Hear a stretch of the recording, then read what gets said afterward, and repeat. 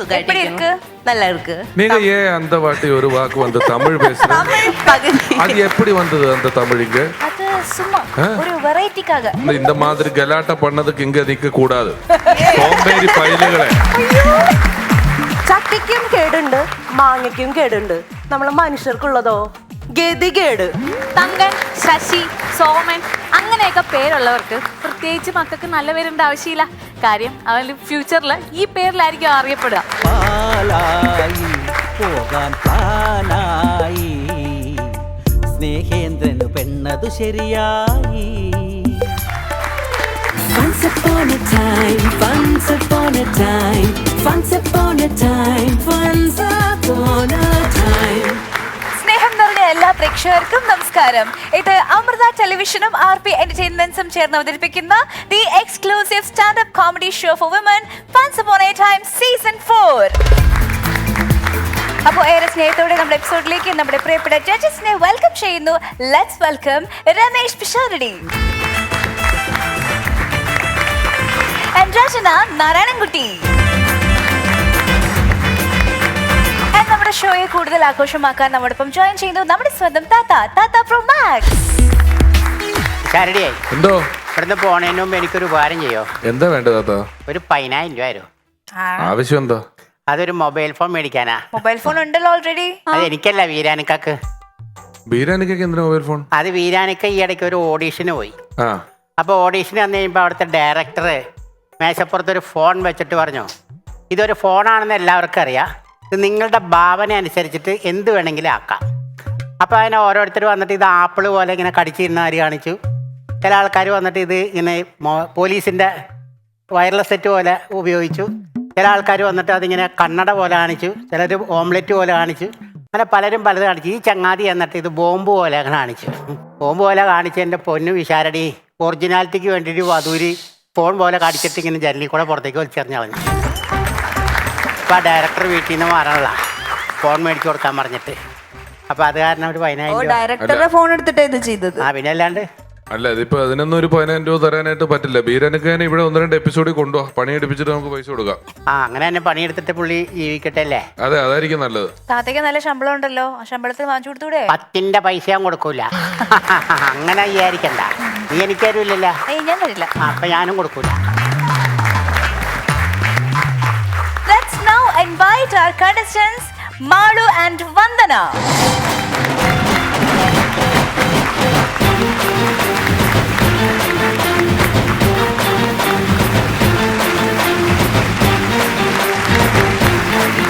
അപ്പോൾ ഇന്ന് പുതിയ ഒരാളും പിന്നെ കൂടെ ഓൾറെഡി നമ്മുടെ ഫാമിലിയുടെ ഭാഗം ഒരാളും ഉണ്ട്. And Vandana, welcome. വന്ദന എവിടെന്നാ വരുന്നേ? ഞാൻ വൈക്കത്തുനിന്ന്. വൈക്കത്തുനിന്ന്. എന്ത് ചെയ്യുന്നു? ഞാനിപ്പോൾ എഞ്ചിനീയറിംഗ് പഠിക്കുന്നു. എവിടെ? ഏത് കോളേജില്? കോലഞ്ചേരി SNGC. ഏത് സ്ട്രീം? സിവില്. സിവിൽ എഞ്ചിനീയർ ആണ്. Okay, very good. ഏത് ഇയർ ആണ്? ലാസ്റ്റ് ഇയർ ആണ്. Okay, that's great.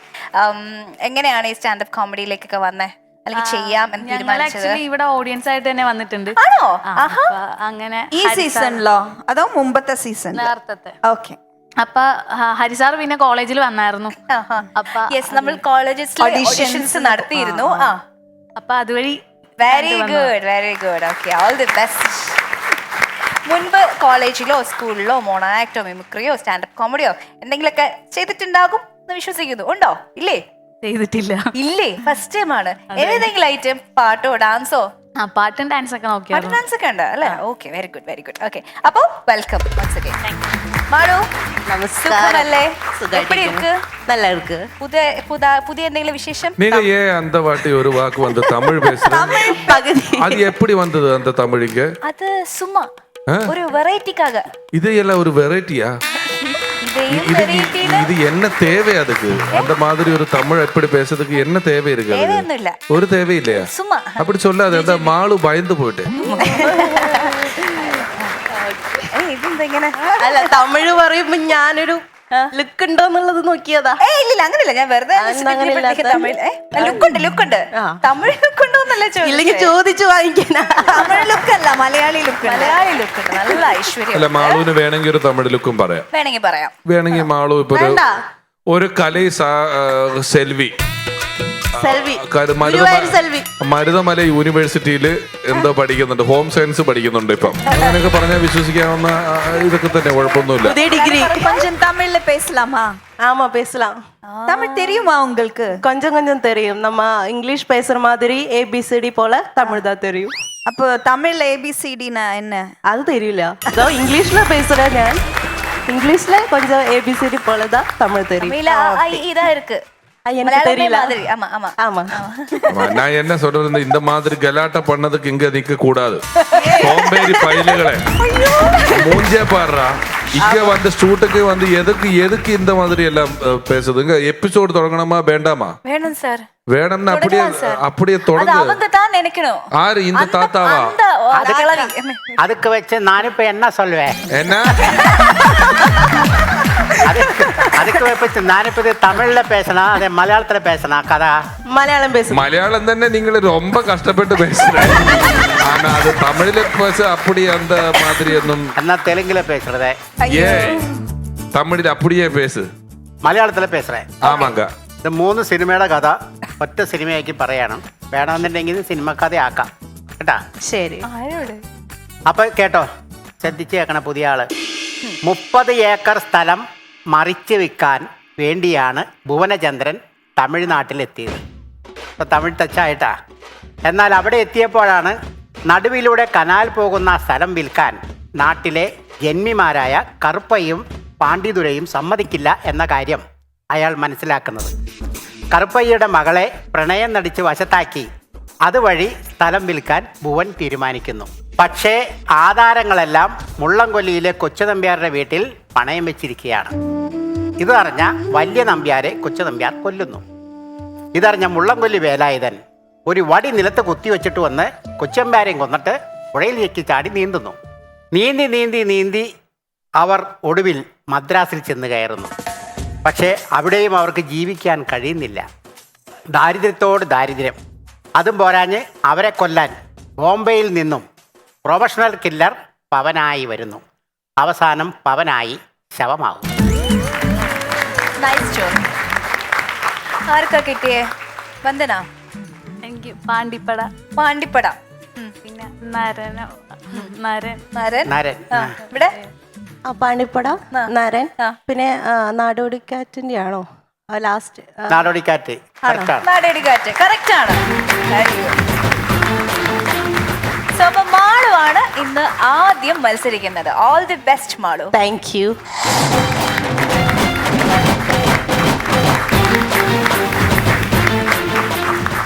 Hello hi. തിടമ്പേറ്റ ഗുരുവായൂർ കേശവനെ പോലെ ഞാൻ മാളു ഗുരുവായൂർ.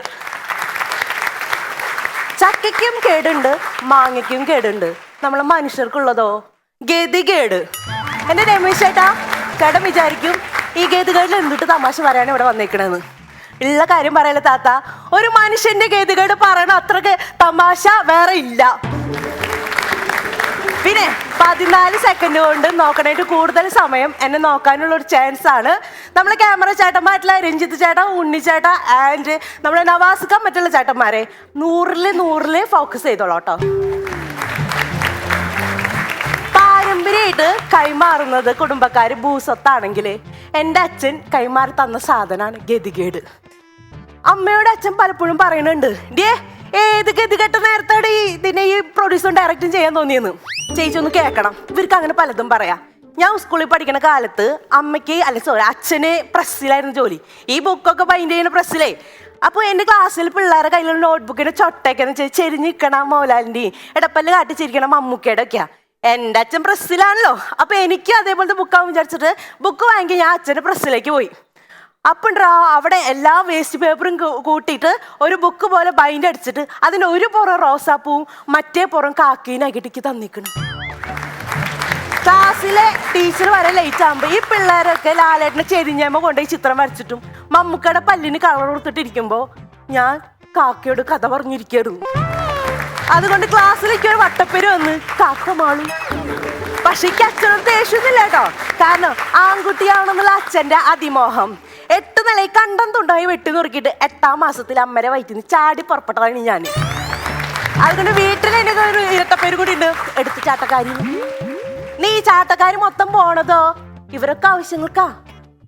വണ്ടി എടുത്ത് ഒരൊറ്റ പോക്കാ. പക്ഷെ എന്റെ ഈ പോക്കണ്ട നാട്ടുകാർ പറയണ എന്താന്ന് പറയാ, ഓ അവളുടെ ഒരു പോക്ക്. പക്ഷെ ഓടിക്കണ എന്റെ ഒരു ഇതെന്താന്നറിയോ, എന്റെ ദൈവമേ പോണ പോക്കിലൊന്ന് കയറ്റൊന്നുമില്ലാണ്ട് ഒക്കെ ഇറക്കാവണേന്നാ. താത്ത ഇറക്കത്തെത്തുമ്പോ ഞാൻ വണ്ടി നിർത്തി ഇറങ്ങും. എന്നുവെച്ചാ വണ്ടി നിർത്തി വണ്ടിന്ന് ഇറങ്ങുന്നല്ല, വണ്ടി നിർത്തി ഇറക്കത്തിൽ ഇങ്ങനെ ഉരുട്ടി ഇറങ്ങുന്നു. ഈ പെട്രോൾ ലാഭിക്കാനുള്ള എന്റെ ഒരു ഗതികേടേ. പക്ഷേ കഴിഞ്ഞ ദിവസം ഞാൻ ഇതുപോലെ ഉരുട്ടി ഇറങ്ങുമ്പോഴേ വേറെ ഒരുത്തൻ എന്നെ ഓവർടേക്ക് ചെയ്ത് ഉരുണ്ട് ഇറങ്ങു പോണ്. രമേശ് ചേട്ടാ, ഒരു ഗതികേടുള്ളവന് വേറൊരു ഗതികേട്ടനെ കാണുമ്പോൾ ഒരു സുഖം ഉണ്ടല്ലോ. പിന്നെ നിനക്ക് വല്ല പണിക്ക് പോകൂടാ, അല്ലെങ്കിൽ എന്താ പറയുക, നീ എവിടെ പോയി ചെയ്താൽ ഇതൊക്കെ തന്നെയാണോ നിന്റെ അവസ്ഥ എന്നൊക്കെ ചോദ്യമുണ്ട്. അത് കറക്റ്റ് എന്നെ ഉദ്ദേശിച്ചിട്ടാ. കാരണം എൻ്റെ കൂട്ടുകാരായിട്ട് ഞാനൊരു കല്യാണത്തിന് പോയി. അവിടെ ഈ എല്ലാവർക്കും ഇലയിട്ട് ചോറിട്ട് വിളമ്പുമ്പോൾ എൻ്റെ അടുത്തേക്ക് ചോറ് എത്തുമ്പോഴേക്കും തീരും. ഇത് ആ കല്യാണത്തിന് മാത്രമല്ല, പിറന്നാള്, കല്യാണം, അടിയന്തരം എന്ന് വേണ്ട തീറ്റ സാധനങ്ങൾക്കൊക്കെ എൻ്റെ അടുത്തേക്ക് എത്തുമ്പോഴും തീരും. പിന്നെ അങ്ങേര് കലവറയിൽ പോയി ചോറ് എടുത്ത് കൊടുന്ന് എൻ്റെ ഇലയിൽ ഇടുമ്പോഴേക്കും തൊട്ടപ്പുറത്തെ ഇലയിൽ പായസം വിളമ്പിണ്ടായിരിക്കും. ഉള്ള കാര്യം പറയാലോ, ഒന്നും തോന്നരുത്. അമ്മയ്ക്ക് ഷുഗറും അച്ഛന് പ്രഷറും അമ്മൂമ്മയ്ക്ക് കൊളസ്ട്രോളും ഉള്ളതുകൊണ്ട് വീട്ടില് തേങ്ങ അരച്ച് കറി വയ്ക്കുന്നത് കുറവാ. വല്ലപ്പോഴും ഞാൻ തേങ്ങ അങ്ങാനും ചരണ്ടിയാ അന്ന് കറണ്ടാണ്ട് പോവും. പിന്നെ കറണ്ട് വരാൻ വേണ്ടി ഒരു 10 മിനിറ്റ് ഒക്കെ ഞാൻ വെയിറ്റ് ചെയ്തിട്ട് ഇരുന്ന് വരാണ്ടാവുമ്പോൾ അമ്മിക്കോഴയും കഴുകി അമ്മിയും കഴുകി അതിന് കുറച്ച് തേങ്ങ ഇട്ട് 1 2 3 4 എന്നൊക്കെ പറഞ്ഞ് തേങ്ങ അരച്ച് അടക്കളേക്ക് ഉണ്ട് കാലെടുത്ത് കുത്തുമ്പോഴേക്കും വരും കറണ്ട്. ഈ കറണ്ട് ഞാൻ തമ്മിലുള്ള ഒരു ശത്രുത തുടങ്ങിയിട്ട് കുറെ കാലമായി. ഇപ്പൊ ഇങ്ങോട്ടേലും പോകുമ്പോൾ വല്ല പൗഡർ ഇടാനോ അല്ലെങ്കിൽ കണ്ണൊക്കെ എഴുതി കൺമശി എടുത്ത് ഇങ്ങനെ ഉണ്ട് എടുക്കുമ്പോഴേക്കും കറണ്ട് പോകും. പിന്നെ വല്ല വിളക്കോ ഫോണിന്റെ ടോർച്ചൊക്കെ വെച്ചിട്ട് അഡ്ജസ്റ്റ് ചെയ്തിട്ടാണ് പുറത്തേക്ക് ഇറങ്ങണത്. എനിക്ക് തോന്നുന്നു രമേശ് ചേട്ടാ, ഈ കറണ്ട് കഴിഞ്ഞ ജന്മത്തിൽ വല്ല മനുഷ്യനായിട്ടുണ്ടാവുന്ന. കാരണം മനുഷ്യനാണെങ്കിൽ ഉറപ്പായിട്ട് ഞാൻ കടം വാങ്ങിയിട്ടുണ്ടാവും, അല്ലാണ്ട് ഇത്രയും ശത്രുത എന്നോട് കാണൂല. പക്ഷെ ഇപ്പോഴും ആ ശത്രുത ഞാനും കറണ്ടുമായിട്ട് നിൽക്കുകയാണ്. പിന്നെ ഒരുപാട് സന്തോഷമുണ്ട് രമേശ് ചേട്ടാ. വേറെ ഒന്നല്ല, എൻ്റെ നാട്ടിൽ എന്നെ ഒരു പ്രോഗ്രാമിന് വിളിച്ചു, കോമഡി പറയാനേ. ഞാൻ കോമഡി പറയാൻ പ്രോഗ്രാമിന് ചെന്നു. ആദ്യത്തെ ഒരു വരി പറയുമ്പോഴേക്കും ആ പ്രോഗ്രാമിൻ്റെ കൺവീനർ മുന്നിൽ നിന്ന് ഒടുക്കത്തെ ചിരി. ഒരു കോമഡി പറയുമ്പോൾ 3 മിനിറ്റ് ഒക്കെ ഇങ്ങനെ ചിരിക്കണ്. ഞാൻ ആദ്യം വിചാരിച്ചേ എൻ്റെ കോമഡി അത്രയും നന്നായ, രമേശ് ചേട്ടൻ മുന്നിൽ ചിലപ്പോൾ ചിരിക്കാറില്ല, ഇത്രയും നന്നായ. പിന്നെ മനസ്സിലായി ഇനി അടുത്ത് പറയണ്ടാന്ന് വെച്ചിട്ടാണ് പുള്ളി ഇങ്ങനെ ചിരിക്കണേന്ന്. ഒരു അന്തം കൊണ്ടുമില്ല. അങ്ങനെയാണ് ഇതും ആലോചിച്ചിങ്ങനെ വീട്ടിൽ പോവാ. ഏകദേശം ഈ പട്ടിച്ചന്തയ്ക്ക് പോയ ഫീലിന്നെ അവിടെ പോയിട്ട് എനിക്ക് ഭയങ്കര ഫീലായി. ഞാൻ എൻ്റെ കൂട്ടുകാരനെ വിളിച്ച് എപ്പോൾ ഞാൻ സങ്കടം പറയാൻ വിളിച്ചാലും അവൾ കൊടുക്കത്ത സങ്കടം ഇങ്ങോട്ട് പറയാം. അവളെ സങ്കടം പറഞ്ഞ് ഫോണാണ്ട് കട്ട് ചെയ്യും. ഇതെന്നിങ്ങനെ തന്നെ ഞാൻ വിളിക്കാം, എടി നിന്നെ ഞാൻ വിളിക്കണം എന്ന് വിചാരിച്ചിരിക്കുന്നത്, എനിക്ക് വയ്യ നീ എന്തെങ്കിലും തമാശ പറഞ്ഞേന്ന്. അമ്മയ്ക്ക് പ്രാണവായന മകൾക്ക് വീണവായന, അമ്മയ്ക്ക് പ്രാണവേദന മകൾക്ക് വീണവായന. പിന്നെ ഞാൻ വിചാരിച്ച് ഇനി എനിക്കൊന്നും ചിരിക്കാനോ ഒരു രക്ഷയില്ല. നമ്മളിവിടെ ഒക്കെ പറയണ പോലെ കണ്ണാടയിൽ പോയിട്ട് ഒന്ന് ചിരിക്കാം. ഞാൻ അങ്ങനെ എൻ്റെ റൂമിൽ കണ്ണാടയിൽ പോയിട്ട് എന്നെ ഒന്ന് നോക്കി, എൻ്റെ പൊന്നോ വേണ്ട, അതന്നെ ഏറ്റവും വലിയ ഗതികേടാണ്. പിന്നെ എനിക്ക് ചോദിച്ചത് നിങ്ങളൊക്കെ ഒന്ന് ചിരിപ്പിക്കാൻ വേണ്ടിയിട്ട് കുറച്ച് കണ്ടന്റ് ഒക്കെ എടുക്കാം എന്നൊക്കെ വിചാരിച്ചിട്ട് നിൽക്കുമ്പോൾ ഈ തലയിൽ മുടി കെട്ടിയാൽ നിൽക്കില്ല പോലെയാണ് എന്താ പറയുക, കോമഡിക്ക് വേണ്ടിയിട്ട് കണ്ടന്റ് നോക്കിയാൽ കിട്ടൂല. പിന്നെ ഫേസ്ബുക്കിലൊക്കെ കയറി എന്തെങ്കിലുമൊക്കെ തപ്പാൻ നോക്കിയാലാ എൻ്റെ ഒരു കൂട്ടുകാരൻ അമ്പലവാസിയാ, അവണ്ട് പോസ്റ്റ് ഇട്ടേക്കണ് ഫേസ്ബുക്കിൽ, എന്താ തേപ്പ് കെട്ടി വേദനിച്ച പെണ്ണുങ്ങൾക്ക് കെയർ ചെയ്ത് കൊടുക്കുന്നു. ഇതൊക്കെ ജോലിയായിട്ട് എടുത്തല്ലോ എന്ന് ആലോചിച്ചിട്ട് ഞങ്ങൾ ഉമ്മറത്ത് ചാരി കസേര ഇങ്ങനെ ഇരിക്കുക. അപ്പൊ ഉണ്ട് പെട്ടെന്ന് ഒരു പല്ലിന്റെ മേലിക്കാണ്ട് വീണു. അപ്പൊ അമ്മമ്മ പറയാണ്, എന്റെ മോളെ അല്ലെങ്കിലേ അണക്ക് ഗതികേടാ, പല്ലും കൂടി വീണ് ദോഷായിരുന്നു. ഇനി ആ കിളവി വല്ല പഴനിക്ക് അങ്ങനെ എന്നെ മൊട്ട അടിക്കാൻ നേരെ വിചാരിച്ചിട്ട് വേറൊന്നല്ല, മൊട്ട അടിച്ച ഗതികെട്ടവന് മൊട്ട അടിച്ച കല്ലുമഴ പെയ്യുന്നു കേട്ടുണ്ട്. പേടിച്ചിട്ട് ആ മുറ്റത്തേക്ക് ഇറങ്ങി ആ റോഡ് സൈഡിലുണ്ട് ഒറ്റയടിക്ക് വാനിഷ് ആവും പല്ലി സ്പ്രേ തന്നുള്ളത്. ആ സാധനം വാങ്ങി ഞാൻ ഒറ്റയടി അടിച്ച്, രമേശ് ചേട്ടാ ഉള്ള കാര്യം ഒറ്റയടിക്ക് വാനിഷായി. പല്ലിയല്ല സ്പ്രേയുടെ കുപ്പി. പിന്നെ ഉത്തരത്തിലിരിക്കുന്ന പല്ലിനെ മൈൻഡ് ചെയ്യാത്ത ഞാൻ നോക്കിയിരുന്നു പല്ലിന്റെ എണ്ണം വരെ എനിക്കറിയാം. എല്ലാം കഴിഞ്ഞ് ഈ ഗതികനെ കുറിച്ച് ഞാൻ വെറുതെ ഒന്ന് ആലോചിച്ച്. അപ്പോഴാണ് എനിക്കൊരു കാര്യം മനസ്സിലായത്. ഈ 3 കൊല്ലം മുമ്പാണ് എൻ്റെ കല്യാണം കഴിഞ്ഞത്. കല്യാണം കഴിഞ്ഞ് വീട്ടിലേക്ക് എടുത്ത് കാലെടുത്ത് കുത്തേണ്ട താമസം വീട്ടിൽ 2 അംഗസംഖ്യ കുറഞ്ഞത്. പിന്നെ അതൊക്കെ വിഷമം ഉണ്ടായിരുന്നു. പിന്നെ ഞാൻ 2 എണ്ണം പ്രസവിച്ച് ആ വിഷമാണ് തീർത്തു കൊടുത്ത്. പക്ഷേ എൻ്റെ അമ്മാമ്മയുടെ പോലെ ദോഷം നോക്കുന്ന ഒരാൾ ചേട്ടനമ്മ വീട്ടിലുള്ള കാര്യം ഞാൻ മറന്നു. ചേട്ടനമ്മ പിന്നെ വഴിപാടൊന്നും നേർന്നില്ല, ഒരു ജോത്സ്യനെ പോയി കണ്ട്. അപ്പൊ ജോത്സ്യം പറയാണ്, ശുക്രൻ ഉച്ചയിൽ നിൽക്കണോണ്ടും രാഹുവിന് കലിപ്പായതുകൊണ്ടും ചന്ദ്രൻ പിണങ്ങിപ്പോയത് കൊണ്ടും കേതുവിന് കളത്തിൽ ഇറങ്ങാനുള്ള സ്പേസ് ഇല്ല. അതുകൊണ്ട് വീട്ടിലൊരു ഹോമം വേണം. ഇവിടെ മനുഷ്യന്മാർ കറണ്ട് ബില്ല് അടയ്ക്കാൻ പൈസ ഇല്ലാണ്ടാകുമ്പോൾ ഈ ഹോമത്തിന് വേണ്ടിയുള്ള പൈസക്കുള്ള ഓട്ടത്തിലാണ് ഞാനിപ്പോൾ. എനിക്ക് നിങ്ങളോട് ഒരൊറ്റ കാര്യം പറയണോ മക്കളെ? ചക്കയ്ക്കും മാങ്ങയ്ക്കും കേടുണ്ടാകുമ്പോൾ പുഴു വരും. ഈ മനുഷ്യന് കേടുണ്ടാകുമ്പോൾ പുഴുവും പാറ്റും തേളുന്നല്ലോ വരെ വല്ല പട്ടിയും നായും കുരങ്ങിക്കും. അപ്പൊ എന്തൊക്കെ വന്നാലും എനിക്ക് നിങ്ങളോട് ഒറ്റ കാര്യം പറയണോ, ടേക്ക് ഇറ്റ് ഈസി. കേട്ടിട്ടില്ലേ? Take it easy, take it easy. കണ്ണിലൊരു മുള്ളു കണ്ടാൽ take it easy. Thank U.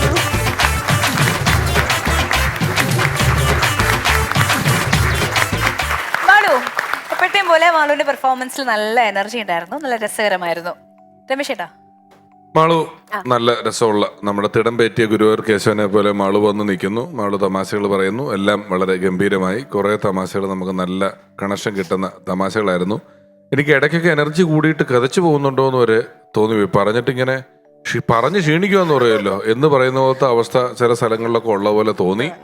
ബാക്കി അങ്ങനെ പ്രത്യേകിച്ച് കുഴപ്പങ്ങളൊന്നും തോന്നിയില്ല. അത്യാവശ്യം ചില കഥകൾ, ചില ഏരിയകൾ ഇങ്ങനെ ഒന്ന് നമ്മൾ ആ ഗതികേട് പോയിന്റ് ശേഷം ഒന്ന് അലഞ്ഞ പോലെ തോന്നി എനിക്ക്. എവിടെയോ അടുത്ത പോയിന്റിലേക്ക് എത്തുന്നതിൻ്റെ ഇടയിൽ ചില സ്ഥലങ്ങൾ ഇടയ്ക്ക് ഒരു 1-1.5 മിനിറ്റ് ഒരു കാര്യമായ ഒരു നർമ്മത്തിൽ ലാൻഡ് ചെയ്യാതെ ഇങ്ങനെ പോയതുപോലെ തോന്നി, ലാഗായ തോന്നി. വേറെ കുഴപ്പങ്ങളൊന്നും തോന്നിയില്ല, ഗംഭീരമായി. മാളു നല്ല പെർഫോമൻസ് ആയിരുന്നു, വെരി എനർജറ്റിക് പെർഫോമൻസ്. കുറേ കാര്യങ്ങൾ മാളു പറഞ്ഞ സമയത്ത് മാളു മെയിൻറ്റെയിൻ ചെയ്ത ഒരു എനർജി എന്ന് പറയുന്നത് തന്നെയായിരുന്നു ആ സമയത്തെ അതിൻ്റെ ഹൈലൈറ്റ്. ഇപ്പോൾ പിഷു പറഞ്ഞതിനോട് ഞാൻ യോജിക്കുകയാണ്. കാരണം ആ സമയത്ത് കാര്യമായിട്ടൊന്നും ഇല്ലെങ്കിലും മാളുവിൻ്റെ എനർജി കൊണ്ട് മാളുവിനെ ശ്രദ്ധിക്കാൻ തോന്നിയ ചില സമയങ്ങളുണ്ടായിരുന്നു. പിന്നെ ഈ ഗതികേട് എന്ന് പറയുന്നത് എനിക്ക് തോന്നുന്നു നമ്മൾ വെറുതെ വലിച്ചു വരുത്തുന്നതാണോ ഈ ഗതികേട്, അല്ലെങ്കിൽ വെറുതെ നമ്മൾ പറയില്ലേ, നമ്മൾ ഉപയോഗിക്കുന്ന ഓരോ വാക്കും വളരെ ശ്രദ്ധിച്ച് ഉപയോഗിക്കണം. അയ്യോ എന്ന് പറയുമ്പോൾ അയ്യോ എന്ന് പറയരുത് എന്ന് പറയുന്ന പോലെ. ഇപ്പൊ ചില ഇതൊന്നും ഗതികേടായിരിക്കില്ല, നമ്മളായിട്ട് അതിനെ ഗതികേടാക്കുന്ന ഒരവസ്ഥയിലേക്ക് എത്തിക്കുന്നത്. മലയാളികൾ കൂടുതലും പറയണോ അയ്യോ എന്റെ ഒരു ഗതികേട് അല്ലെങ്കിൽ അതെ, എന്റെ അമ്മയ്ക്കൊക്കെ സ്ഥിരം പല്ലവിയായിരുന്നു മുമ്പ്, എന്തൊരു ഗതികേട്. അത് ഞാൻ അമ്മ അങ്ങനെ പറയല്ലേ. അത് നമ്മൾ ഡെഫിനറ്റ്ലി ഇപ്പം ആൾ ലാസ്റ്റ് അവസാനിപ്പിച്ചത് എങ്ങനെയാ, ടേക്ക് ഇറ്റ് ഈസി. അതിനെ നമുക്ക് തരണം ചെയ്യാൻ പറ്റും. അത് കടന്ന് വേറെ മറ്റൊന്നിലേക്ക് നമ്മൾ പോകുമ്പോൾ വീണ്ടും ഇങ്ങനത്തെ സിറ്റുവേഷൻസ് വരും, അത്രേ ഉള്ളൂ. അപ്പൊ അതിന്റെയൊക്കെ ഒരു ഓർമ്മിപ്പിക്കൽ, ഒരു രത്ന ചുരുക്കം മാളു നല്ല ബ്യൂട്ടിഫുൾ ആയിട്ട്. അതിലൊരു കാര്യം സത്യമാട്ടോ, ഞാൻ എവിടെ തിന്നാൻ പോയി ഇരുന്നാലും അപ്പൊ എന്റെ സ്ഥലത്ത് എത്തുമ്പോ തീരും. പക്ഷെ അതുപോലെ മാളു ശ്രദ്ധിച്ചിട്ടില്ലേ, മാളു ഏതെങ്കിലും ഹോട്ടലിൽ പോയിരിക്കുമ്പോ അവിടേക്ക് പിന്നെ വേറെ കുറെ ആൾക്കാർ വന്നിരിക്കണത്. ഹോട്ടലല്ലേ ഞാൻ കല്യാണ കാര്യം പറഞ്ഞത്? അല്ല, കല്യാണത്തിന്റെ അല്ല, അതല്ലാതെ നമ്മള് ചിലര് പറയാറുണ്ട്, എന്റെ ഫ്രണ്ട്സ് ഒക്കെ എപ്പോഴും 2-3 പേരുള്ള ഒരു ഹോട്ടലായിരിക്കും. നമ്മൾ അങ്ങോട്ട് ചെന്ന് കയറി കഴിഞ്ഞാൽ ഒരുപാട് പേര് അവിടേക്ക് വന്നു ചേരുന്നത്. അങ്ങനെ ശ്രദ്ധിച്ചിട്ടുണ്ടോ? അത് മാളുവിന്റെ ഐശ്വര്യം കൊണ്ടാ. അല്ല, അങ്ങനെ നമുക്ക് പറയാൻ പറ്റില്ല. ഇപ്പൊ രചന പറഞ്ഞില്ല, 2-3 പേരുള്ള ഹോട്ടലായിരിക്കും. നമ്മൾ എന്നപ്പോ ബാക്കിയുള്ളവർ വന്നു, അതിന്റെ തൊട്ട് മുമ്പ് വന്നവനെ നിങ്ങൾ പരിഗണിക്കണം. അവനല്ലേ ആദ്യം വന്നത്, അവന്റെ ഐശ്വര്യം കൊണ്ടല്ലേ ഇവര് വന്നത്. അപ്പൊ അവനെ നിങ്ങൾ പൂർണ്ണമായിട്ട് അവഗണിച്ച് ഞാൻ നിൽക്കുന്നിടത്ത് നിന്നാണ് ഇത് തുടങ്ങിയത് എന്ന് നമ്മൾ പറയരുത്. ഞാൻ നിൽക്കുന്നിടത്ത് നിന്നാണ് ഇത് തുടങ്ങിയത് എന്ന് നമ്മൾ അങ്ങനെ വിചാരിക്കാൻ പാടില്ല. ഗതികേടൊക്കെ ചിലപ്പോൾ ഉണ്ടാവും. ഇപ്പൊ രചന പറഞ്ഞ ടേക്ക് ഇറ്റ് ഈസി എന്ന് പറഞ്ഞ വണ്ടിക്ക് പെട്രോൾ ഇല്ലെങ്കിൽ ടേക്ക് ഇറ്റ് ഈസി എന്ന് പറഞ്ഞാൽ പോവോ? അങ്ങനത്തെ സിറ്റുവേഷൻസ് അല്ല ജീവിതത്തിൽ. ഇപ്പൊ മാളുവിന്റെ വളരെ ലൈറ്റ് ആയിട്ടുള്ള ഒരു സിറ്റുവേഷൻ, ഫുഡ് കഴിക്കാൻ ചെന്നിരിക്കുന്ന സമയത്ത് അത് അങ്ങോട്ട് അവിടെ വെച്ച് സ്റ്റോപ്പ് ആവുക എന്നുള്ളത്. ഫുഡ് കിട്ടൂലോ. അത് ചില ആൾക്കാർക്കുണ്ട്. ഈ സിഗ്നൽ ഇല്ലേ, എല്ലാ സിഗ്നലും കിട്ടുന്ന ആൾക്കാരുണ്ട്. എല്ലാ സിഗ്നലും വണ്ടി ഓടിച്ചു പോയാൽ എല്ലാ സിഗ്നലും കിട്ടും, ഒരു സിഗ്നലും കിട്ടാത്ത ആൾക്കാരുണ്ട്. ചില ഫ്ലോറിൽ ഒരു 15 നിലയുള്ള കെട്ടിടത്തിൽ നമ്മൾ ചെന്ന് നിൽക്കുമ്പോൾ ലിഫ്റ്റ് 15-ലായിരിക്കും. ചിലപ്പോൾ കറക്റ്റ് തുറന്ന് നമുക്ക് കയറാനുള്ള അവസരം കിട്ടും. അതിങ്ങനെ നമ്മൾ ഏത് അന്വേഷിക്കുന്നോ അത് കിട്ടും എന്നുള്ളതാണ്. നമ്മൾ ഇതാണ് ശ്രദ്ധിക്കുന്നതെങ്കിൽ ഇത് മാത്രം കിട്ടിക്കൊണ്ടിരിക്കും. നമ്മൾ നമ്മുടെ ലക്കുകൾ അല്ലെങ്കിൽ കിട്ടിയ സാധനങ്ങളിലാണ് നമ്മൾ ഫോക്കസ് ചെയ്യുമെങ്കിൽ നമുക്ക് അത് മാത്രം കിട്ടിക്കൊണ്ടിരിക്കും. നമ്മൾ നോക്കണ അനുസരിച്ചിട്ട് ഈ സാധനം കിട്ടുന്നത്. രണ്ടും ഒപ്പമാണ്. ഏതുമേ നമ്മൾ നോക്കുന്നോ അത് നമുക്ക് കൂടുതലായിട്ട് കിട്ടും. ഞാൻ എപ്പോഴും പറയുന്നത്, നമ്മുടെ ഒരു വീട് പണി നടക്കുന്ന സമയമാണെങ്കിൽ ആ സമയത്ത് നമ്മളെല്ലാവരുടെയും വീടും വീട്ടുകാരുടെയും കാര്യങ്ങളും ബാക്കിയുള്ളതും വെക്കുന്ന വീട് ശ്രദ്ധിക്കും. നമ്മളത് കൂടുതലായിട്ട് കാണും. അല്ലാത്തപ്പോഴും അത് അവിടെ ഉണ്ട്, നമ്മൾ കാണുന്നില്ലെന്ന് പറഞ്ഞല്ലേ. ഈ പറഞ്ഞത് എന്താ, ഞാൻ പറഞ്ഞ ഏരിയ എന്താ, ഇപ്പം ഞാൻ എൻ്റെ ഗതികേടുകൾ പറയാൻ വേണ്ടി ഒരു കൂട്ടുകാരനെ വിളിക്കുമ്പോൾ ഉടനെ തന്നെ അവളുടെ കുറേ ഗതികേട് പറഞ്ഞിട്ട് വെക്കും എന്ന് പറയുന്നിടത്ത് നമ്മളൊന്ന് ആലോചിച്ചിട്ട് ഒരു ഗതികേട് അങ്ങോട്ട് പറയാനും അവൾ ഇങ്ങോട്ട് രണ്ട് ഗതികേടും പറയുവാണെങ്കിൽ നമുക്ക് രണ്ട് വിറ്റ് അതിനിടയിൽ കയറി പോകും. വേണമെങ്കിൽ നിർബന്ധമല്ല. അല്ലെങ്കിൽ അവിടെ എന്തെങ്കിലും കുറച്ചുകൂടെ അതിങ്ങനെ സ്പീഡിൽ പോകുമ്പം നമുക്ക് ആ ഒരു പ്രദേശം, പ്രത്യേകിച്ച് മാളുമൊക്കെ വരുമ്പം, മാളുമൊക്കെ അതിൻ്റെ ഒരു മറ്റ് ഏരിയകളെല്ലാം അറിയാവുന്ന ആൾക്കാരാണ്. അതെന്താണ് ഇതിൻ്റെ ഒരു ടോട്ടൽ പരിപാടി, എങ്ങനെയാണ് ഇത് പോകുന്നതെന്നൊക്കെ അറിയാവുന്ന ആൾക്കാർ വരുമ്പം ആകെ ഉള്ളത് എത്ര വിറ്റ് കയറ്റാം. ഇവിടെ വേറെ അങ്ങനെ കാര്യമായ ഉദ്ദേശങ്ങളൊന്നും ഇല്ലാതെ ചില സിനിമയ്ക്ക് ഇപ്പം ഞാൻ ഈ CID മൂസ എന്നുള്ള സിനിമയെ പറ്റിയൊക്കെ ഞാൻ പറയാം. അതിൽ രണ്ട് മനുഷ്യർ തമ്മിൽ വെറുതെ കാണുന്നൊരു സീനുണ്ടെങ്കിൽ എങ്ങനെ അവിടെ ഒരു തമാശ ഉണ്ടാക്കാം എന്ന് ആലോചിച്ചുണ്ടാക്കുന്ന പടമുണ്ട്. വെറുതെ തമ്മിൽ കണ്ടാൽ പോലും എന്ത് തമാശ ഉണ്ടാക്കാം എന്നാലോചിച്ച് സീനുകൾ ഉണ്ടാക്കുക എന്ന് പറഞ്ഞാൽ അങ്ങനെ ഒരു ആലോചനയും കൂടെ വരുമ്പം മാളുവിനൊക്കെ കുറച്ചുകൂടെ പറ്റുമെന്നാണ് ഉദ്ദേശിച്ചത് കേട്ടോ. പിന്നെ രചന പറഞ്ഞ പോലെ ടേക്ക് ഇറ്റ് ഈസി, അത്രേ ഉള്ളൂ, വേറെ കുഴപ്പമൊന്നുമില്ല. ഞാൻ പറഞ്ഞല്ല, മാളു പറഞ്ഞ പോലെ take it easy. മാളു പറഞ്ഞതല്ല, അത് പടത്തിലെ പാട്ടാ, ടേക്ക് ഇറ്റ് ഈസി എന്നുള്ളത്. Thank you judges. എന്തിന് വെറുതെ അപ്പോഴേക്കും ഇവിടെ മാളു പറഞ്ഞു കഴിഞ്ഞു താത്ത. മാളുവെങ്കിലും എന്നെ ഓർത്തില്ല. അതെ, താങ്ക്സ് പറഞ്ഞിട്ട് അങ്ങോട്ട് രഞ്ജിച്ച്. അത് കുഴപ്പമില്ല, അത് ഞാൻ വരവ് വെച്ച്. മാളു നന്നായിരുന്നു, നല്ല രസമുണ്ടായിരുന്നു. ഇനി വേറൊരു കാര്യം പറയട്ടെ. ഈ ഭക്ഷണം തീർന്നു പോണ സംഭവം പറഞ്ഞില്ലേ, അതുപോലത്തെ വേറൊരു സംഭവം ഉണ്ട്. നമ്മൾ ഈ ട്രാൻസ്പോർട്ട് ബസ് സ്റ്റാൻഡിലേ ഈ ബസ്സിൽ വന്നിട്ട് ആ ബസ് നിർത്തി ഭക്ഷണം കഴിക്കാൻ കയറും അല്ലേ. ഇപ്പൊ ട്രാൻസ്പോർട്ട് ബസ് സ്റ്റാൻഡിൽ തന്നെ അവിടെ തന്നെയുള്ള ക്യാൻറ്റീനായിരിക്കും. അപ്പം നമ്മൾ ചെന്ന് അവിടെ ഇരിക്കും. അപ്പോൾ ഈ ഡ്രൈവർ, നമ്മുടെ ശ്രദ്ധ മുഴുവൻ ഡ്രൈവറുടെയും കണ്ടക്ടറുടെയും മുമ്പിലാണ്. കാരണം ഇവർ എഴുന്നേറ്റ് പോയാൽ വണ്ടി എടുത്തുകൊണ്ട് പോകില്ല. അപ്പം നമ്മളവിടെ ചെന്ന് അവർക്കായിരിക്കും ആദ്യം ഫുഡ് കൊടുക്കണത്. അത് കഴിഞ്ഞിട്ടേ നമുക്ക് തരുള്ളൂ. നമുക്ക് തന്ന് നമ്മൾ സ്പെഷ്യൽ ഓർഡർ ചെയ്ത് കഴിഞ്ഞാൽ സ്പെഷ്യൽ വരാൻ ഇത്തിരി താമസം കൊടുക്കും. നമ്മൾ സ്പെഷ്യൽ വന്നത് ഇങ്ങനെ ഒന്ന് നുള്ളി വായിൽ വയ്ക്കുമ്പോഴേക്ക് ഈ ഡ്രൈവറും കണ്ടക്ടറും എഴുന്നേറ്റിട്ടുണ്ടാവും. അപ്പോൾ നമ്മുടെ മനസ്സിൽ ടെൻഷനാവും. നമ്മൾ ഒന്ന് രണ്ട് അവിടെ നിന്നൊക്കെ ഭാര്യ തിന്നിട്ട് വേഗം ചാടി എഴുന്നേറ്റുമ്പോൾ ഇവർ പുറത്തിറങ്ങി സീറ്റൊക്കെ വലിച്ചിരിക്കണ്ടാവും. നമ്മളിപ്പോൾ ആ കല്യാണ വീട്ടിലിരുന്ന് അവിടെ ഭക്ഷണം തീർന്നു പോയെങ്കിൽ കുഴപ്പമില്ല, നമുക്ക് വേണ്ടി കലവറയിൽ നീ ഉണ്ടല്ലോ, സാധനം വരുമല്ലോ. ഇപ്പോൾ പ്രതീക്ഷയാണ് ഏറ്റവും വലുത്. ഇരുണ്ട ഇടനാഴികളുടെ അറ്റം ചെന്നെത്തുന്നത് വെളിച്ചത്തിലേക്കാണ്. കാത്തിരിക്കുക. ഈ തീർന്നു പോയെന്നുള്ള പ്രശ്നം ഉണ്ടാകാതിരിക്കാൻ ഇപ്പൊ ബൊഫെ ആക്കിയിട്ടുണ്ട്. ആവശ്യത്തിന് ബൊഫെ എടുത്ത് കഴിക്കാൻ. ഇനി അതേലും തീർന്നു പോകുന്ന കഷ്ടം പിടിച്ചവരുണ്ട്. കൃത്യം ലാസ്റ്റ് ഇരിക്കുന്ന പൂരി നമ്മൾ എല്ലും ഭേദം കൊടുത്തിട്ടുണ്ടോ, അങ്ങനെയുണ്ട്. എൻ്റെ ഒരു പടത്തിൻ്റെ 100-ാം ദിവസം ആഘോഷം സന്തോഷം വലിയ ബൊഫെ, ഞാൻ പറഞ്ഞുണ്ട്, വലിയ ബൊഫെ നടക്കുകയാണ്. അപ്പോൾ ഒരുത്തിനിങ്ങനെ പ്ലേറ്റ് എടുത്തുകൊണ്ട് വരും. അപ്പോൾ നമ്മൾ ആരെങ്കിലും കാണും, അവിടെ കൊണ്ട് ആ പ്ലേറ്റ് വെച്ചിട്ട് എണീറ്റ് പോകും. അദ്ദേഹം ഇങ്ങനെ നടക്കുമ്പോൾ ഒരു പ്ലേറ്റ് എടുക്കും, കുറച്ച് ചോറും ഇവിടെ ഞാൻ അവിടെ നമ്മളോട് വർത്തമാനം പറഞ്ഞിട്ട് വേറത്തിനെ കാണുമ്പോൾ കൈവക്കിട്ട് എണീറ്റ് പോകുമ്പോൾ ഞാൻ നോക്കുമ്പോൾ തന്നെ ഒരു 5-6 പ്ലേറ്റ് ആയിട്ട് എടുക്കുന്നുണ്ട്. ഞാനപ്പോൾ പറഞ്ഞു, ചേട്ടാ ഇത് നിങ്ങൾ എല്ലാ ടേബിളിലും ഇച്ചിരി ഭക്ഷണം വെച്ച്, ഭക്ഷണം വേസ്റ്റ് ചെയ്യല്ലേ, പൈസയുടെ അല്ല, ഭക്ഷണമല്ലേ, അത് വേസ്റ്റ് ആക്കരുത്, അതുകൊണ്ട് പ്ലേറ്റ് എടുക്കുന്നത് ഒന്ന് കരുതിയാൽ കൊള്ളാം എന്നൊരു വരി പറഞ്ഞേ. കുറച്ച് കഴിഞ്ഞ് ഞാൻ നോക്കുമ്പോൾ ഈ പുള്ളി പ്ലേറ്റ് ഇല്ലാണ്ട് നേരെ സ്പൂണുമായിട്ട് ആ പാത്രത്തിൽ നിന്ന് കോരി തിന്നുക. ബാക്കിയുള്ളവനൊക്കെ പ്ലേറ്റുമായിട്ട് നിൽക്കുമ്പോൾ അതിൻ്റെ ഇടയിൽ ക്യൂ നിന്നിട്ട് കൈ പറഞ്ഞ് അവിടെ നിന്ന് കോരി തിന്നുക. അപ്പൊ അവനെ പിടിച്ച് ഇങ്ങനെ കാണിക്കാതെ പറയാം, പിഷാര് പറഞ്ഞിട്ടാ ഞാൻ ഇങ്ങനെയൊക്കെ ചെയ്യുന്നതെന്ന്. ഞാൻ അയാളെ പറഞ്ഞ എരിവിരി കൂട്ടിന്നും പറഞ്ഞിട്ട് കുറെ പേര് എന്റെ മുഖത്ത് കയറാൻ വന്നു. അങ്ങനെ മാളുവിന്റെ പെർഫോമൻസിന് ശേഷം ഇനി അടുത്തതായി വരുന്നത് വന്ദന ഫ്രം വൈക്കം.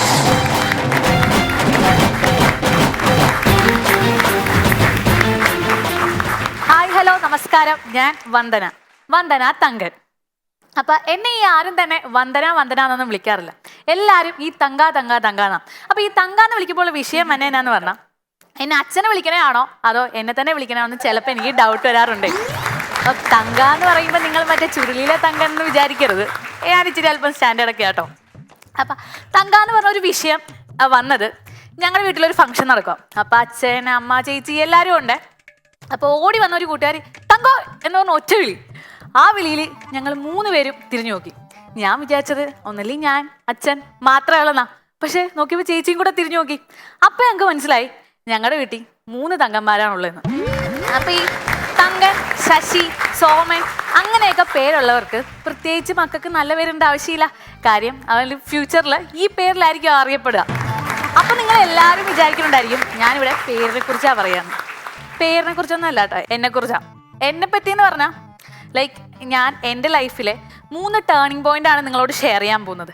ഈ 3 ടേണിംഗ് പോയിന്റ് നിങ്ങളുടെ ലൈഫിലൊക്കെ മേ ബി റിലേറ്റഡ് ആയിരിക്കും. അപ്പം നോക്കൂ കേട്ടോ, റിലേറ്റഡ് ആണോ അല്ലേന്ന്. എൻ്റെ അമ്മ പറഞ്ഞ് കേട്ടിട്ടുണ്ട്, ഞാൻ ജനിച്ചപ്പോൾ എൻ്റെ അച്ഛന് ലോട്ടറിയാണ്. ലോട്ടറി ആയത് എങ്ങനെയാന്ന് പറഞ്ഞാൽ, ശിവകാമി ദേവി ബാഹുബലിനെ ഒറ്റ കൈ കൊണ്ട് പൊക്കി മാസ് കാണിച്ചപ്പോൾ ഞാൻ ജനിച്ചപ്പോൾ എൻ്റെ അച്ഛൻ അരയിലെ കുപ്പി പൊക്കിയാണ് മാസ് കാണിച്ചത്. ആ ഒരു മാസിന് അച്ഛൻ ആ ഒരു ആഴ്ചയെ വൈറലായിരുന്നു. എൻ്റെ അച്ഛൻ്റെ ഭയങ്കര ഒരു ആഗ്രഹമാണ് എന്നെ ഡോക്ടറാക്കണമെന്ന്. അപ്പോൾ ഡോക്ടറാക്കാൻ വേണ്ടി ആ പള്ളിക്കൂടത്തിലൊക്കെ കൊണ്ട് ചേർത്ത് ഒരു 1-2 വർഷം കഴിഞ്ഞപ്പോൾ അച്ഛന് മനസ്സിലായി ഈ പരിപാടി നടക്കാൻ പറ്റില്ല. എന്നാൽ ഡോക്ടർ പോയിട്ട് ഒരു ഡോക്ടറിനെ സെറ്റാക്കാൻ വേണ്ടിയിട്ട് അമ്മയുടെ അടുത്ത് നൈസായിട്ട് ചെന്നപ്പോൾ അമ്മയെ ആട്ടി വിട്ടു. അങ്ങനെ അച്ഛൻ്റെ എല്ലാ ആഗ്രഹങ്ങളും അച്ഛൻ അങ്ങനെ ഒതുക്കി മാറ്റി വെച്ചു. അപ്പം എൻ്റെ അച്ഛനെയും അമ്മേനെയും കുറിച്ച് പറയാനാണെങ്കിൽ അച്ഛൻ ഒരു തീപ്പൊരിയാണെങ്കിൽ അമ്മ തീയാണ് എൻ്റെ കാര്യത്തിലും. അപ്പം അച്ഛനെ പൊതുവേ നാട്ടുകാർ ഒരു ചെല്ലപ്പേര് വിളിക്കുന്നുണ്ട്, ആമത്തങ്കെന്ന്. ആമത്തങ്കെന്ന് അച്ഛനെ വിളിക്കുന്നത് അച്ഛൻ ആമേനെ പോലെ നടന്നിട്ടോ ആമേനെ പിടിച്ചിട്ടോ അല്ല. അച്ഛൻ 6 മണിക്ക് ശേഷം വെള്ളത്തിലും 6 മണിക്ക് മുന്നേ കരയിലുമാണ് അച്ഛൻ. അപ്പം 6 മണിക്ക് മുന്നേ നമ്മൾ എന്ത് കാര്യം പറഞ്ഞാലും മറ്റേ ഗവൺമെൻറ് ഓഫീസിലൊക്കെ ചെന്ന് നമ്മൾ നിന്നിട്ട് എന്തെങ്കിലും കാര്യം പറയുമ്പോൾ നീ നീലക്കാടാ കൊണ്ടുവന്നേക്കണം, മഞ്ഞക്കാട് കൊണ്ടുവന്ന് അങ്ങനെ ഒരു പരിപാടി പറയണ മാതിരി അമ്മു ഒരു പരിപാടി നടക്കത്തില്ല എന്നുള്ളൊരു പരിപാടിയാണ് പറയാം. അതേസമയം 6 മണിക്ക് ശേഷം നമ്മൾ ചെന്നാലോ കട്ട സപ്പോർട്ടും. അതേമാതിരി എൻ്റെ അമ്മേനെ കുറിച്ച് പറയാനാണെങ്കിൽ എൻ്റെ അമ്മ എൻ്റെ വീട്ടിലെ ലൈലേന്ന് വിളിക്കണ തത്തേനെ കൊണ്ട് ലൈല ചേച്ചിന്ന് വിളിപ്പിക്കുന്ന അമ്മയാണ്. അപ്പോൾ ഈ അമ്മേനെ അമ്മക്കും ഒരു വീക്ക് പോയിന്റ് ഉണ്ട് എന്നും പറഞ്ഞ് അമ്മ വെള്ളടിക്കണം എന്നല്ല കേട്ടോ. അമ്മ വീക്ക് പോയിന്റ്, അമ്മയുടെ വീക്ക് പോയിന്റ് എന്ന് പറഞ്ഞാൽ അമ്മ ഒരു ഡാൻസുകാരിയാണ്. അമ്മ ഡാൻസുകാരിയല്ല, നമുക്ക് ഡാൻസ് ഭയങ്കര ഇഷ്ടം. അമ്മ അഥവാ ഡാൻസ് കളിച്ചാൽ വെള്ളത്തിൽ വീണ പൂച്ചേതന മാതിരി കാലിട്ടടിക്കണ മാതിരിയാണ്. അപ്പം അമ്മയുടെ നമ്മളിങ്ങനെ ഡാൻസ് കളിച്ചൊക്കെ വൈബായിട്ട് എന്തെങ്കിലുമൊക്കെ കാര്യം പറഞ്ഞാൽ അമ്മ ഓക്കെ പറയും. അതേസമയം നമ്മൾ ആട്ടിവിടും. അപ്പം ഇവരൊക്കെ ഇങ്ങനെയാണ്. അപ്പം അവരുടെ മാതിരി എനിക്കും എന്തെങ്കിലും സ്കില്ലൊക്കെ ഉണ്ടായിരിക്കുമല്ലോ.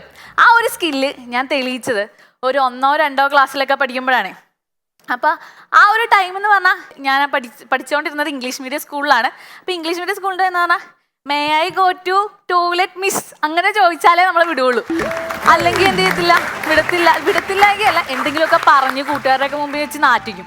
അപ്പം എന്താ വെച്ചാൽ ആ ഒരു സാഹചര്യം നേരിടാൻ കഴിയാത്തതുകൊണ്ട് ഞാൻ അപ്പം തന്നെ പിടിച്ചു വെച്ചോണ്ടേ പിടിച്ച് അവസാനം അപ്പുറത്തിരിക്കുന്ന കൂട്ടുകാർ ഒരു ചളി അടിച്ചപ്പോൾ എൻ്റെ കയ്യിൽ നിന്ന് ഇങ്ങോട്ട് പോയി. പിന്നെ ഞാൻ എന്ത് ചെയ്തു, അപ്പം നാറരുതല്ലോ, അതിന് വേണ്ടിയിട്ട് കയ്യിലെ ബോട്ടിൽ നിന്ന് വെള്ളം മറിച്ചൊഴിച്ച് അപ്പോൾ ആ വെള്ളത്തിൽ മിക്സായി പിന്നെ വെള്ളമാണെന്ന് വിചാരിച്ചിട്ട് അങ്ങനെ നാറാണ്ടിരുന്നു.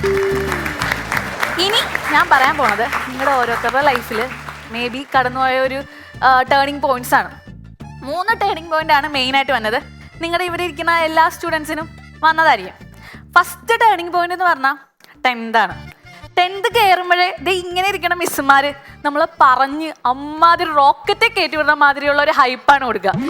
എന്താ പറയുക, നമ്മുടെ ജീവിതത്തിലെ ഫസ്റ്റ് ടേണിംഗ് പോയിന്റ് ആണ്. നിങ്ങളുടെ ജീവിതം ഇവിടെ നിന്ന് മാറാൻ തുടങ്ങുന്നു. ഇങ്ങനെയൊക്കെ ഒരുമാതിരി നമ്മളെ അല്ലേ ടീച്ചറെ, പേടിപ്പിച്ചിട്ടില്ലേ? കാണും. അപ്പം പേടിപ്പിച്ച് ഒരു ഹൈഡ്രജൻ ബലൂൺ ഇങ്ങനെ വീർപ്പിച്ച് വന്ന മാതിരി അമ്മാതിരി ഹൈപ്പ് കൊടുക്കും. അതിനകത്ത് ചിലതൊക്കെ പൊട്ടാറുണ്ട്, ചിലതൊക്കെ കയ്യിൽ വെക്കാറുണ്ട്. അങ്ങനെ കഷ്ടപ്പെട്ട് കയ്യിലിരുന്ന ഒരു സാധനമാണ് ഞാൻ. അങ്ങനെ 10 കഷ്ടപ്പെട്ട് പാസ്സായി. ഇനി അടുത്ത +1ലേക്ക് കാണുമ്പോൾ പിന്നെ ഇവർ വന്നിട്ട് ഇതും നിങ്ങളുടെ ലൈഫിലെ ടേണിംഗ് പോയിന്റ് ആണ്, ഇത്രയും നാളെ നിങ്ങളുടെ ഒരു ക്ലാസ്സും ഒന്നുമല്ല എന്നുള്ള അടുത്ത ടേണിംഗ് പോയിന്റ് എന്ത് ചെയ്യും കൊണ്ടുവരും. അത് മറ്റേ സുരേഷ് ഗോപിയുടെ ഹോട്ട് സീറ്റിലൊക്കെ പിടിച്ചിരുത്തണ മാതിരി നമ്മളെയൊക്കെ കൊണ്ടിരുത്തുക. അപ്പം ഇങ്ങനെയൊക്കെ വരുമ്പോൾ നമ്മൾ ഭയങ്കര ടെൻഷനായി. പിന്നെ അവർ കൂടുതൽ പറയാന്ന് വെച്ചാൽ ഇത് നിങ്ങളുടെ ജീവിതത്തിലെ നാഴികക്കല്ലാണ്. അവസാനം +1ഉം +2 അങ്ങോട്ട് പാസ്സായിട്ട് അവിടെ നിന്ന് കല്ലേറ് അല്ലാണ്ട് വേറെ ഒരു പരിപാടി എനിക്ക് അവിടെ നിന്ന് കിട്ടിയിട്ടില്ല. ആ സർട്ടിഫിക്കറ്റ് ഒക്കെ അമ്മ ഇപ്പം മറ്റേ അടിച്ചു വരാൻ വേണ്ടിയിട്ട് യൂസ് ചെയ്യുക കേട്ടോ. അത് കഴിഞ്ഞിട്ട് അപ്പം ഇങ്ങനെ നിൽക്കുക. അപ്പം ഇങ്ങനെ ഞാൻ ഭയങ്കരമായിട്ട് പഠിക്കണില്ല എന്നൊക്കെ ഭയങ്കര വിഷമം. അപ്പം എൻ്റെ വീട്ടിലെ വാലാട്ടണ പട്ടി വരേക്കിനും ഇപ്പം എന്നെ നോക്കി കുരയ്ക്കുകയും ചെയ്യാം. പിന്നീട് അമ്മയെന്ന് പറഞ്ഞാൽ അച്ഛൻ ഈ വഴക്ക് പറഞ്ഞ് നന്നാക്കാമെന്ന് വിചാരിച്ചപ്പോൾ അമ്മ വിചാരിച്ചു എന്നാൽ ദൈവത്തിൻ്റെ പാതയൊക്കെ സ്വീകരിക്കാം. അപ്പം ദൈവത്തിൻ്റെ പാത എന്ന് പറഞ്ഞാൽ അമ്മ മറ്റേ അമ്പലത്തിൽ പോയിട്ട് വഴിപാട് ചെയ്യുകയോ അല്ലെങ്കിൽ പോട്ടെ എണ്ണ നേരുമൊന്നും അല്ല ചെയ്തത്. അമ്മ എന്നാന്ന് പറഞ്ഞാൽ മറ്റേ അമ്മയുടെ വാട്സപ്പ് ഗ്രൂപ്പിലെ ഇങ്ങനെ ഫോർവേഡ് മെസ്സേജ് വരും. ഈ മെസ്സേജ് നിങ്ങൾ ഫോർവേഡ് ചെയ്താൽ നിങ്ങൾക്ക് ഐശ്വര്യവും നിങ്ങളുടെ ആഗ്രഹം സഫലമാവുകയും ചെയ്യും. അപ്പം അമ്മ ഇത് 20 പേർക്ക് എൻ്റെ ഫോണിലും കൂടി ഇത് കിടക്കണുണ്ട്, എനിക്കും കൂടെ അയച്ചു തരും. ഇത് സഫലമാകും. എന്നിട്ട് എന്നോട് പറയാം, അമ്മു ഞാനിത് 20 പേർക്ക് അയച്ചു കൊടുത്തിട്ടുണ്ട്, ഉറപ്പാ ഇനി തൊട്ട് എൻ്റെ ലൈഫ് സെറ്റാണ്. അങ്ങനെ കഴിഞ്ഞു. അപ്പം അങ്ങനെ കഴിഞ്ഞ് പ്രത്യേകിച്ച് മാർക്കൊന്നും കിട്ടാതെ വീട്ടിൽ ഇരുന്നപ്പോൾ അച്ഛൻ വന്നു. അച്ഛൻ എന്നെ ബാങ്കിൽ കൊണ്ടുപോയി.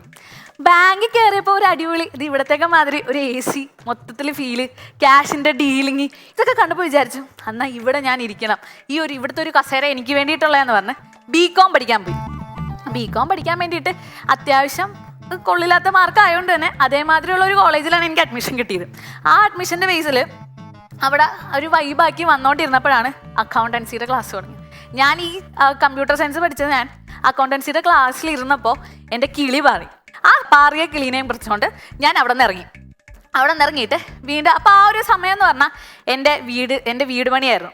അപ്പോൾ വീട് പണിയൊക്കെ കാണാൻ വേണ്ടിയിട്ട് അങ്ങോട്ട് നോക്കിയപ്പോൾ അപ്പോൾ അവിടുത്തെ എഞ്ചിനീയറൊക്കെ വന്ന് ബംഗാളികളെ കൊണ്ട് അത് ഇത് ചെയ്യുന്നൊക്കെ ഓരോ ആക്ഷൻസ് ചുമ്മാ ഇരുന്ന് പറയുന്നു. അതൊരു രാജാതിരാജ ഫീലൊക്കെ.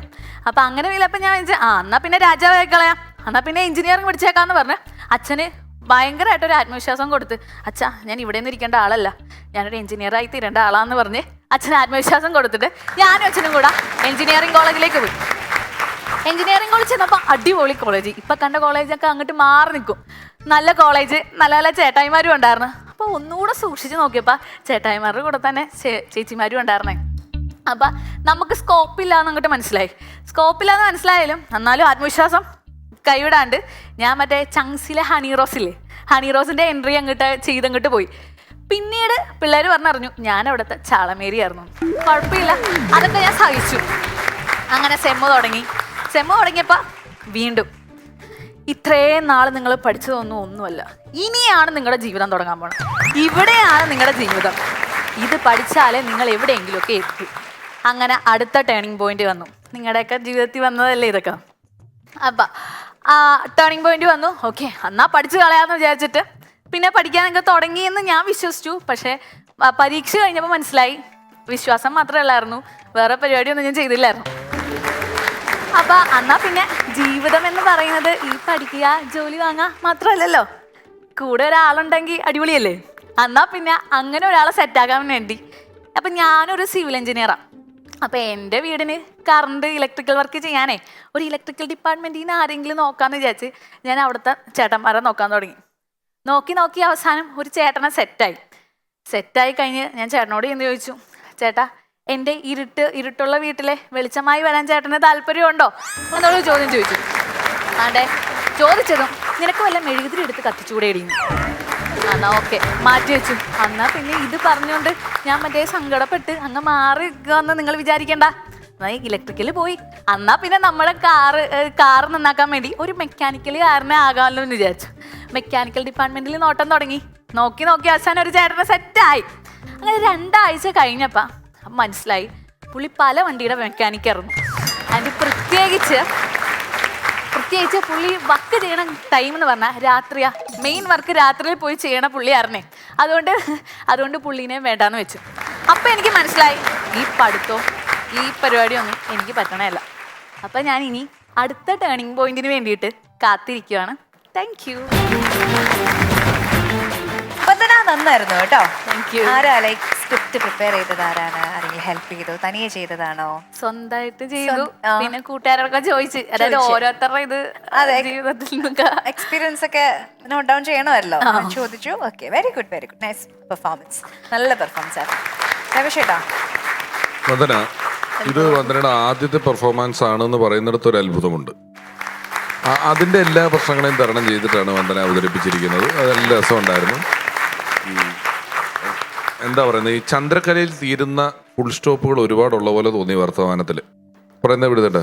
അപ്പം ഞാനവിടെ ചെന്ന് പറഞ്ഞ് ഞാൻ ഇതിപ്പോൾ കൊടുത്ത് കഴിഞ്ഞ് വെച്ചിട്ട് പറഞ്ഞപ്പോൾ ഞാൻ കൊടുത്ത് ഈ ചന്ദ്രക്കലയിൽ തീരുന്ന ഫുൾ സ്റ്റോപ്പുകളുടെ ഒരുപാടെണ്ണം ഒരുപോലെ കുറേ സ്ഥലങ്ങളിലുള്ള പോലെ എനിക്ക് തോന്നി. ചിലപ്പം മറ്റുള്ളവർക്ക് തോന്നിക്കൊള്ളണമെന്നില്ലെന്ന് തോന്നുന്നു. എൻ്റെ കുഴപ്പം ഒരേപോലെയുള്ള വാക്യഘടനകളും ഒരേപോലെയുള്ള ട്യൂണും ഒരേപോലെ ആയിരിക്കും. നമ്മൾ പറയുന്ന പല വിറ്റുകളാണ്, പല കഥകളാണ്, പല അനുഭവങ്ങളാണ്. പക്ഷേ നമ്മുടെ ശരീരം കൊണ്ടും നമ്മുടെ മുഖം കൊണ്ടും ഇതുകൊണ്ട് ഒരുപോലെ ഇരിക്കുന്ന എന്തോ കാര്യമാണ് പറയുന്നത് നമുക്ക് തോന്നാനുള്ള സാധ്യതയുള്ള രീതിയിലായിരുന്നു മോഡുലേഷൻ. പല വിറ്റുകളും ഈ പല ഘട്ടങ്ങളും പറഞ്ഞതും എല്ലാം വളരെ രസമുള്ളതായിരുന്നു. വേറെ ഞാൻ ഈ പറഞ്ഞല്ലോ, ഇതൊക്കെ ഒരു പുതിയ ആളെന്നുള്ള നിലയിൽ നമ്മൾ ചിന്തിക്കുമ്പം ഒരുപാട് മുകളിലാണ് നിങ്ങളൊക്കെ നിൽക്കുന്നത്. നമ്മളൊക്കെ ആദ്യം ചെയ്ത കാലഘട്ടത്തെ പരിപാടികൾ ഇപ്പോൾ ചിലപ്പം ഒരുപാടില്ലെങ്കിലും വളരെ പഴയത് കേട്ടോ. ഈ അടുത്ത ഒരു 10 വർഷം മുമ്പല്ല, അതിന് മുമ്പുള്ള പരിപാടികളൊക്കെ ഇപ്പം TV യൂട്യൂബിലൊക്കെ കാണുമ്പോൾ അല്ല അതിൻ്റെ താഴെ ആൾക്കാർ കമൻ്റ് ഇട്ടൊക്കെ കാണുമ്പോൾ നമുക്ക് തന്നെ കാണാൻ പോകും, ദൈവം ഇതൊക്കെ നമ്മൾ തന്നെ ചെയ്തതാണോ എന്ന് തോന്നിപ്പോകും നമുക്ക്. അത്രയും പ്രശ്നം ഉണ്ടായിരുന്നു അന്ന്. ഒരു പുതിയ പ്രകടനം എന്നുള്ള നിലയിൽ വളരെ ഗംഭീരമായിരുന്നു, നന്നായിരുന്നു. വന്ദന, നമസ്കാരം. നല്ല ബ്യൂട്ടിഫുൾ പെർഫോമൻസ് ആയിരുന്നു വന്ദന. തങ്കാന്നാണ് അല്ലേ? എനിക്കുണ്ട് അങ്ങനെ ഒരു പ്രശ്നം. അതായത് എന്നെ മിക്കവരും വിളിക്കുന്നത് നാരായണൻകുട്ടി എന്നാ വിളിക്കണേ. എന്നെ വിളിക്കാറുണ്ട്. അല്ലേ? നമ്മളൊക്കെ കൂടുതലും എന്റെ പേരിനേക്കാളും ആൾക്കാർക്ക് കൂടുതൽ അറിയുന്നത് നാരായണൻകുട്ടി എന്ന് പറയും. അച്ഛനാണ് എന്ന് പറയും ഞാൻ തിരിച്ച്. അപ്പോ അതിന്റെ ഒരു വികാരം എനിക്ക് മനസ്സിലാവുന്നുണ്ട്. വീട്ടിൽ അമ്മൂന്നാ വിളിക്ക. ഇടയ്ക്കിടയ്ക്ക് അമ്മോ അതങ്ങനെയാണ് കേട്ടോ ഇങ്ങനെയാണ് കേട്ടോ നമ്മ പറയണത്. കേരളത്തില് മൊത്തം ഏതാണ്ട് 96 ലക്ഷം അമ്മൂമാരുണ്ടെന്നുള്ളതാണ്. എന്റെ അമ്മേനെ വീട്ടിൽ വിളിക്കുന്നത് അമ്മൂന്ന. അതെ ശരിയാ. ഓക്കെ. ആമ്പിള്ളേരിലെ അപ്പൂസും ഉണ്ട്. 99 ലക്ഷം അപ്പൂ. വന്ദന എടുത്ത് വന്ദനേനെ പറ്റി തന്നെയാണ് ഒരു ഷോർട്ട് ബയോ ഹിസ്റ്ററി പറഞ്ഞു എന്നുണ്ടെങ്കിലും ടേണിംഗ് പോയിന്റ് എന്നുള്ളത് ഹൈലൈറ്റഡ് ആയിരുന്നു. പല സ്ഥലങ്ങളിലും ടേണിംഗ് പോയിന്റ് എന്നുള്ളത് ഹൈലൈറ്റഡ് ആയിരുന്നു. And you are expecting something new in your life, ഒരു ടേണിംഗ് പോയിന്റ് ആയിട്ട്. അപ്പോൾ ഈ ഒരു വേദി ഫസ്റ്റ് ടൈം എന്നുള്ള നിലയ്ക്ക് നല്ലൊരു ടേണിംഗ് പോയിന്റ് ആയിട്ട് മാറട്ടെ വന്ദനയ്ക്ക്. ഇനിയും ഇതുപോലെ നല്ല നല്ല വേദികൾ ചെയ്യാൻ സാധിക്കട്ടെ.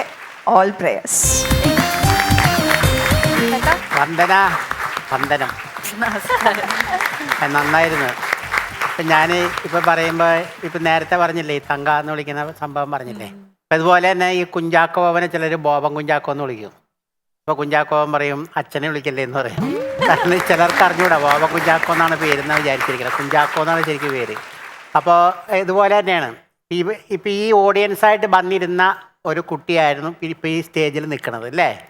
അപ്പം അതിന് ഒരു കാര്യം നമുക്ക് വ്യക്തമാണ്, ഇവിടെ ഇരിക്കുന്ന ഈ സുന്ദരികളിൽ പലർക്കും ഇതിനേക്കാൾ വലിയ കഴിവുകളുണ്ട് അല്ലേ. ഇവർക്ക് നാളെ ഈ സ്റ്റേജിലേക്ക് വരാൻ സാധിക്കും, ഇതിനേക്കാൾ നന്നായിട്ട് പെർഫോം ചെയ്യാൻ സാധിക്കും. എന്നിരുന്ന് ഈ തങ്കയുടെ പെർഫോമൻസ് മോശമാണെന്നല്ല പറഞ്ഞത്, നല്ല അടിപൊളിയായിരുന്നു, നല്ല രസമുണ്ടായിരുന്നു കേട്ടിരിക്കാനായിട്ട്. പിന്നെ ഇത് സ്ക്രിപ്റ്റ് എഴുതിയത് സ്വന്തമായിട്ടെന്നല്ലേ പറഞ്ഞേ, കൂട്ടുകാരെയൊക്കെ കേൾപ്പിച്ചല്ലേ? അച്ഛനെ കേൾപ്പിച്ചോ? അച്ഛൻ കണ്ടോളും കേട്ടാ, ബാക്കിയുള്ളത് അവിടെ നിന്ന് കിട്ടും. Okay okay. അപ്പോൾ Vandana all the best. Thank you. നമസ്കാരം. നമസ്കാരം. നമസ്കാരം. നമസ്കാരം എല്ലാവർക്കും. ഓക്കെ, അപ്പൊ എനിക്ക് പിള്ളേരോടാണ് പറയാനുള്ളത്. ഇവര് വളർന്നു വരുന്ന തലമുറയാണ് മക്കളെ. അപ്പൊ നിങ്ങള് കുറച്ച് നാളെ കഴിയുമ്പോൾ കല്യാണ കാര്യങ്ങളൊക്കെ എത്തും, ആരെങ്കിലും ഒക്കെ പെണ്ണ് കാണാൻ വരും. പെണ്ണ് കാണാൻ വന്ന സമയത്ത് എന്തെങ്കിലും ബ്ലോക്ക് വന്നിട്ടോ എന്തെങ്കിലും കാരണം കൊണ്ട് അവർക്ക് ഇത്തിരി എത്താനായിട്ട് ഇത്തിരി താമസിച്ചു പോയാൽ കുറച്ചു നേരം ഒന്ന് വെയിറ്റ് ചെയ്യണം. അല്ല, ഇതൊക്കെയാണോ ഇവിടെ ഓഡിയൻസ് ആയിട്ട് വന്ന് പിള്ളേർക്ക് കൊടുക്കുന്ന ഉപദേശം? നിങ്ങൾ ഞാനോടത്ത് എന്തോ സീരിയസ് ആയിട്ട് ഉപദേശിക്കാനാണ്. ഞാൻ വിചാരിച്ചു ഭയങ്കര സീരിയസ് ആയിട്ട് എന്തോ പറയാം. പെണ്ണ് കാണാൻ വരുമ്പോ ലേറ്റ് ആയ വെയിറ്റ് ചെയ്യണം എന്ന് പറയുന്നതൊക്കെയാണോ ഇത്രയും പിള്ളേർക്ക് കൊടുക്കുന്ന ഒരു ഉപദേശം? അല്ല, അങ്ങനെ സംഭവം ഉണ്ടായി, അതിന്റെ പശ്ചാത്തലത്തിൽ ഞാൻ പറഞ്ഞത്. എന്ത് സംഭവം? എന്റെ കൂട്ടുകാരൻ പരമന്റെ മോൻ സ്നേഹൻ, അവന് പെണ്ണ് കുറെ ഒക്കെ നോക്കി നടന്നാണ് പയ്യൻ. അപ്പൊ നമുക്കൊരു ഇപ്പൊ അടുത്തിടക്ക് ഒരെണ്ണം ശരിയായി സെറ്റായി. പെണ്ണ് കാണാൻ പോണ വഴിക്ക് ഇവര് അല്ല, ഞാൻ ചോദിക്കട്ടെ, ഈ പറയാൻ പോകുന്ന കാര്യം തന്നെയാണോ ഇത് കഴിയുമ്പോ ഞാൻ പാടാന്നും പറഞ്ഞ് പാടാൻ പോകുന്നേ? എന്നാ പിന്നെ പാടിയാ മതി, പറയണ്ട. മതിയാ? പിന്നെ പിന്നെ അങ്ങനെ ചെയ്യാ അല്ലേ? അത് മതി, അത് മതി.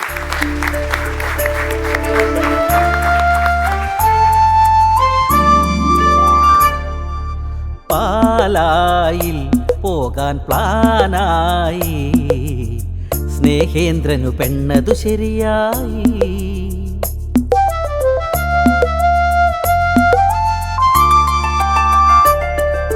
പാലായിൽ പോകാൻ പ്ലാനായി, സ്നേഹേന്ദ്രനു പെണ്ണതു ശരിയായി.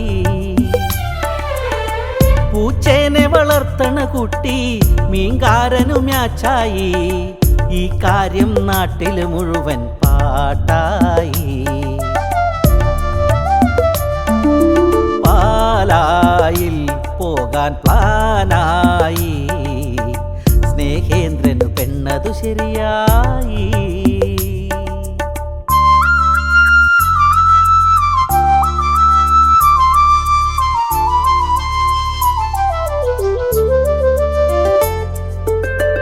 എത്ര നേരം കാത്തിരുന്നു സ്നേഹചന്ദ്രനായവൾ, ഈ നടയിൽ ഛായയുമായി വെയിറ്റു ചെയ്ത പെൺകൊടി.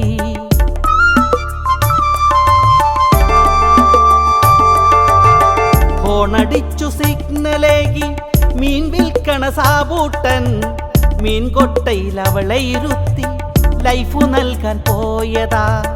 സമയദോഷമോ മാറ്റിടാ നോക്കിടേണം, കൃത്യസമയത്തേതു കാര്യവും ചെയ്തു തീർക്കണം.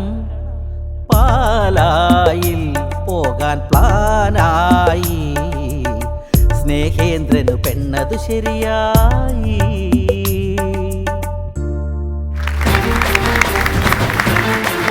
വന്ദന ആൻഡ് മാളു രണ്ടുപേരുടെയും നല്ല അടിപൊളി പെർഫോമൻസ് ആയിരുന്നു. ആൻഡ് ഇവരിൽ ആരാണ് ദ ബെസ്റ്റ് പെർഫോമർ എന്നറിയാം. രമേശ് ഏട്ടാ, മാർക്സ് പ്ലീസ്. വന്ദന 50-ൽ 45. വന്ദനയ്ക്ക് എന്റെ വകയും 50-ൽ 45. That makes 90 out of 100. Congrats. Golden entry ലഭിച്ചിട്ടുണ്ട് കേട്ടോ. വീണ്ടും വരണം, വരില്ലേ? Very good. And Malu 46. 46. 46. Again 46. 92 out of 100. Golden entry. And ഈ ഒരു മത്സരം കഴിയുമ്പോൾ ഇതിലെ ബെസ്റ്റ് പെർഫോമർ ഒബ്വിയസ്ലി നമ്മുടെ മാളു ആണ്. Grass. Once Upon a Time season 4 മത്സരാർത്ഥികളെ കാത്തിരിക്കുന്നത് പറക്കാട് ജുവൽസ് നൽകുന്ന സമ്മാനം.